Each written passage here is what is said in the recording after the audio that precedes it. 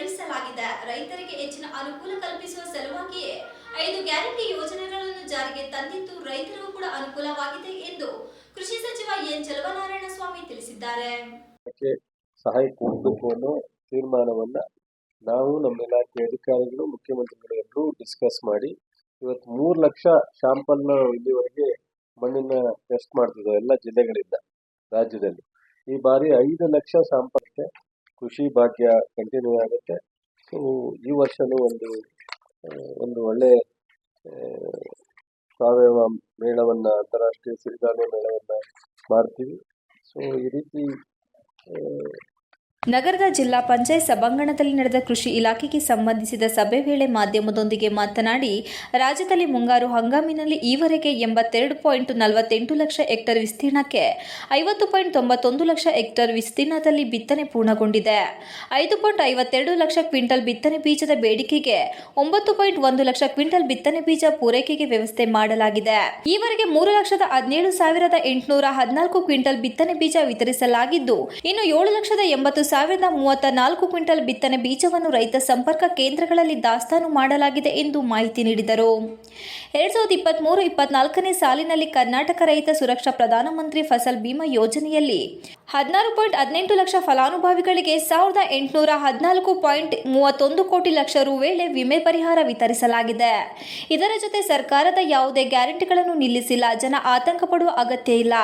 ರಾಜ್ಯದಲ್ಲಿ ರೈತರ ಸಾವು ನೋವುಗಳು ಸಂಭವಿಸಿದಲ್ಲಿ ಅವರಿಗೆ ಸೂಕ್ತ ಪರಿಹಾರದ ಜೊತೆಗೆ ಇಂತಹ ಅಹಿತಕರ ಘಟನೆಗಳು ಸಂಭವಿಸದಂತೆ ರೈತರಿಗೆ ಆತ್ಮಸ್ಥೈರ್ಯ ತುಂಬಲು ಕಾಂಗ್ರೆಸ್ ಸರ್ಕಾರ ಮುಂದಾಗಿದೆ.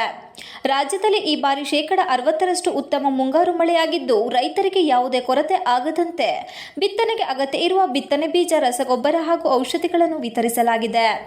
ರೈತರಿಗೆ ಹೆಚ್ಚಿನ ಅನುಕೂಲ ಕಲ್ಪಿಸುವ ಸಲುವಾಗಿ 5 ಗ್ಯಾರಂಟಿ ಯೋಜನೆಗಳನ್ನು ಜಾರಿಗೆ ತಂದಿದ್ದು, ರಾಜ್ಯದ ಬಹುಸಂಖ್ಯಾತ ಜನರು ಗ್ಯಾರಂಟಿ ಯೋಜನೆಗಳ ಫಲಾನುಭವಿಗಳಾಗಿದ್ದಾರೆ ಎಂದರು.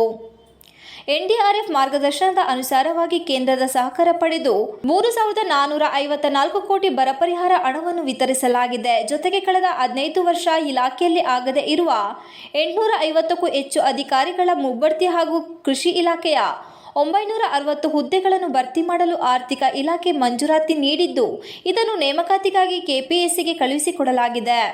ಬೆಳೆ ಕಾಯಿಲೆಗೆ ಯಾವ ಔಷಧಿ ಕೊಡಬೇಕು ಬಗ್ಗೆ ಫೋಟೋ ತೆಗೆದು ಕ್ಲಿಕ್ ಮಾಡಿದರೆ ಆ ಮೊಬೈಲ್ ನಂಬರ್ಗೆ ಹೋಗುತ್ತದೆ. ಈ ಬಗ್ಗೆ ಹೊಸದಾಗಿ ಬಜೆಟ್ನಲ್ಲಿ ಘೋಷಣೆ ಮಾಡಿ ಕಾರ್ಯಕ್ರಮ ನೀಡಲಾಗಿದೆ.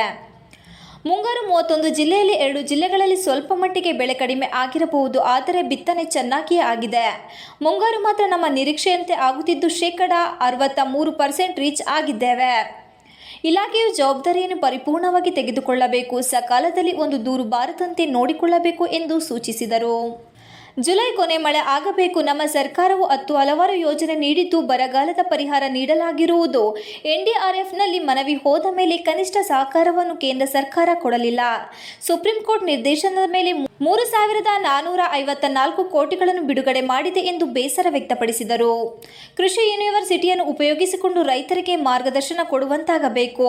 ಡ್ರೋನ್ ಮೂಲಕ ಔಷಧಿ ಸಿಂಪಡಣೆ ಮತ್ತು ಬಿತ್ತನೆ ಬಗ್ಗೆ ಯೋಚನೆ ಮಾಡಿದ್ದು, ಕೇರಳದಲ್ಲಿ ನಡೆಯುತ್ತಿದ್ದು, ಮುಂದಿನ ದಿನಗಳಲ್ಲಿ ಹೊಸ ಆವಿಷ್ಕಾರಗಳು ನಡೆಯಲಿದೆ ಎಂದು ವಿಶ್ವಾಸ ವ್ಯಕ್ತಪಡಿಸಿದರು. ಪ್ರಸ್ತುತದಲ್ಲಿ ಜನಸಂಖ್ಯೆ ಬೆಳೆದಂತೆ ಕೃಷಿ ಭೂಮಿಗಳು ಲೇಔಟ್ಗಳಾಗಿ ಪರಿವರ್ತನೆ ಆಗುತ್ತಿದೆ. ಇದನ್ನು ಗಮನದಲ್ಲಿಟ್ಟುಕೊಂಡು 2 ಎಕರೆಯಲ್ಲಿ ಬೆಳೆಯುವ ಬೆಳೆಯನ್ನು 1 ಎಕರೆಯಲ್ಲಿ ಬೆಳೆಯುವ ತಂತ್ರಜ್ಞಾನ ಬಳಸಲಾಗುವುದು ಎಂದು ಹೇಳಿದರು. ಇದರ ಬದಲು ಸಾಲ ಮನ್ನಾ ಮಾಡಿದರೆ ಎಲ್ಲರಿಗೂ ಅದರ ಪ್ರಯೋಜನ ಸಿಗುತ್ತಿರಲಿಲ್ಲ. ಕೆಲ ರೈತರಿಗೆ ಮಾತ್ರ ಅನುಕೂಲವಾಗುತ್ತಿತ್ತು. ಆದರೆ ರೈತರ ನೆರವಿಗಾಗಿ ಗ್ಯಾರಂಟಿಯನ್ನು ಕಾಂಗ್ರೆಸ್ ಸರ್ಕಾರ ತಂದಿದ್ದು, ಬಹುತೇಕ ರೈತರಿಗೆ ಅನುಕೂಲವಾಗಿದೆ ಎಂದು ಪ್ರಶ್ನೆಯೊಂದಕ್ಕೆ ಉತ್ತರಿಸಿದರು. ಒಂದೇ ಒಂದು ಸಣ್ಣ ಕಂಪ್ಲೇಂಟ್ ಬಂದಂಗೆ ನಮ್ಮ ಸರ್ಕಾರ, ನಮ್ಮ ಇಲಾಖೆ ನಾವು ನೋಡ್ಕೊಂಡಿದ್ದೀವಿ. ಸೊ ಇನ್ನೂ ಬಿತ್ತನೆ ಎಲ್ಲಿವರೆಗೆ ರೈತರಿಗೆ ಅವಕಾಶಗಳಿದೆ ಅಲ್ಲಿವರೆಗೂ ಸಹ ಇದನ್ನೇ ನಾವು ಮೇಂಟೈನ್ ಮಾಡ್ತೀವಿ, ಯಾವುದೇ ಥರದ ಕೊರತೆ ಇಲ್ಲದಾಗಿ. ಸೊ ನಮಗೆ ಬಹುಶಃ ಮಳೆ 2 ದಿವಸದಿಂದ ನಿಂತಿದ್ದರಿಂದ ನಮಗೇನೋ ಒಂದು ಆತಂಕನೇ ಆಗ್ತಿತ್ತು. ಇವತ್ತು ಸ್ವಲ್ಪ ಮಳೆ ಬರೋ ಸೂಚನೆಯೂ ಕಾಣ್ತಾ ಇದೆ. ಸೊ ಜುಲೈ ಎಂಡ್ವರೆಗೂ ಅಥವಾ ಆಗಸ್ಟ್ನಲ್ಲಿ ಸ್ವಲ್ಪ ನಮಗೆ ಈ ಮುಂಗಾರಲ್ಲಾದರೆ ಕಳೆದ ವರ್ಷ ಏನು ನಷ್ಟ ಆಗಿತ್ತು ನಮಗೆ ಅದನ್ನು ಸರಿದೂಗಿಸ್ಕೊಳ್ಳೋವಂಥ ಒಂದು ಅವಕಾಶ ಪ್ರಕೃತಿ ನಮಗೆ ಸಹಾಯ ಮಾಡುವಂಥದ್ದು ಅವಕಾಶ ಇದೆ.